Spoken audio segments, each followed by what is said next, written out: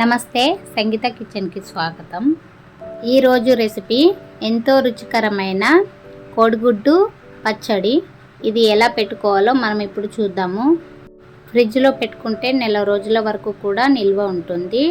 Room టెంపరేచర్లో కూడా వారం 10 రోజుల వరకు నిల్వ ఉంటుంది.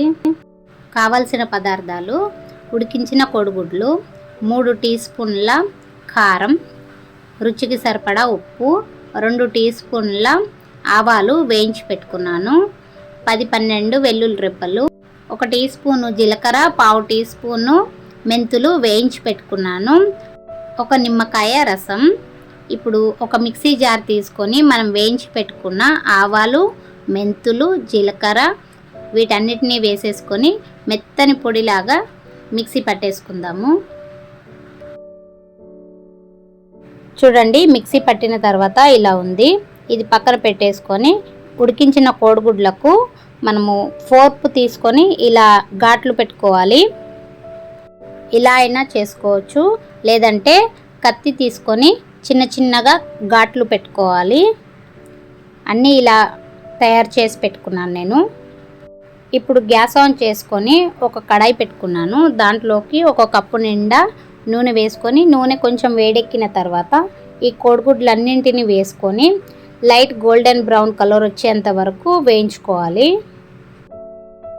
గ్యాస్ ఫ్లేమ్ని మీడియంలో పెట్టుకొని నెమ్మదిగా వేయించుకోవాలి. కోడిగుడ్లు లోపటి వరకు బాగా ఫ్రై అవ్వాలి. అప్పుడే మనకు ఈ పచ్చడి అనేది నిల్వ ఉంటుంది. ఇప్పుడు దీంట్లోకి నేను 1/2 టీ స్పూన్ వరకు సాల్ట్ వేసుకొని వేయించుకుంటున్నాను. ఇలా సాల్ట్ వేసుకొని వేయించుకోవడం వలన మంచి టేస్ట్ అనేది వస్తుంది.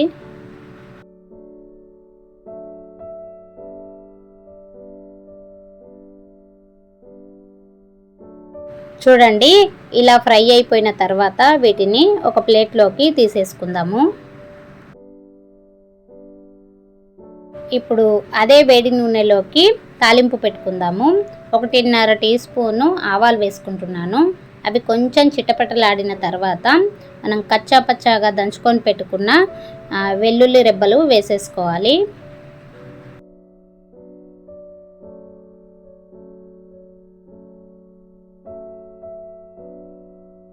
చూడండి, వెల్లుల్లి లైట్ గోల్డెన్ కలర్లోకి వచ్చేసింది కదా. ఇప్పుడు స్టవ్ ఆఫ్ చేసేసి నూనెని రూమ్ టెంపరేచర్లోకి వచ్చేంత వరకు చల్లారనివ్వాలి.